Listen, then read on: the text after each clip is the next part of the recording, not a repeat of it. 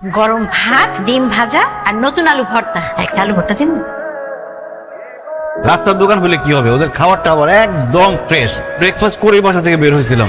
সকালবেলা তুমি ভাতই খাইছো। আরে না, আজকে ভাত খাইনি আমি আসার সময় খিচুড়ি খেয়ে আসছি। আজকে একা তো পেটটা তো ভুল বানাইতেছো তুমি। ভাত এটা নেশা, ভাত দেখলে শরীরটা কেমন যেন লাগে। মামা তোরা শুরু করেন, তোরা দিব তো। শুরু কর মানে কি মনে শেষ। ও আপনি দুইটা গরু, দুইটা ডাইল, একটা মুড়ি গন্ড আর ভাত হইতেছে। মামা আপনারা ভাত কটা খাইছেন? আমরা বলবো কেন? মামা 60টা খাইছেন আপনারা দুজন, অনেক খাইছেন স্যার। 60টা এবো কম হইতো না। তোমার খাওয়া দাওয়া ঠিক করতে হবে।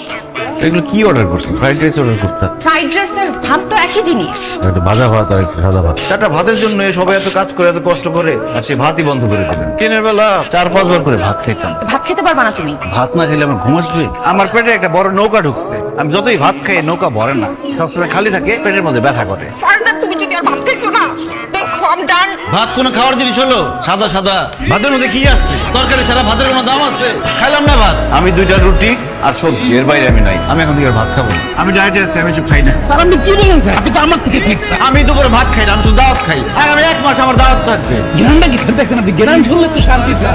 হেলদে গরুর মতো না? জি স্যার। তোমার জন্য একটা সারপ্রাইজ আছে।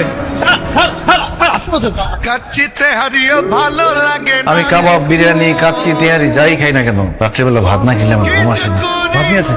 স্যার ভাতের সাথে কি দিব? গরুর মাংস নিয়ে আসেন। গরুর মাংস লাল বলো না কালাবো না? আরে লাল কালা যেটা পারে নিয়ে আসেন। স্যার একদম গরম আছে স্যার। খেতে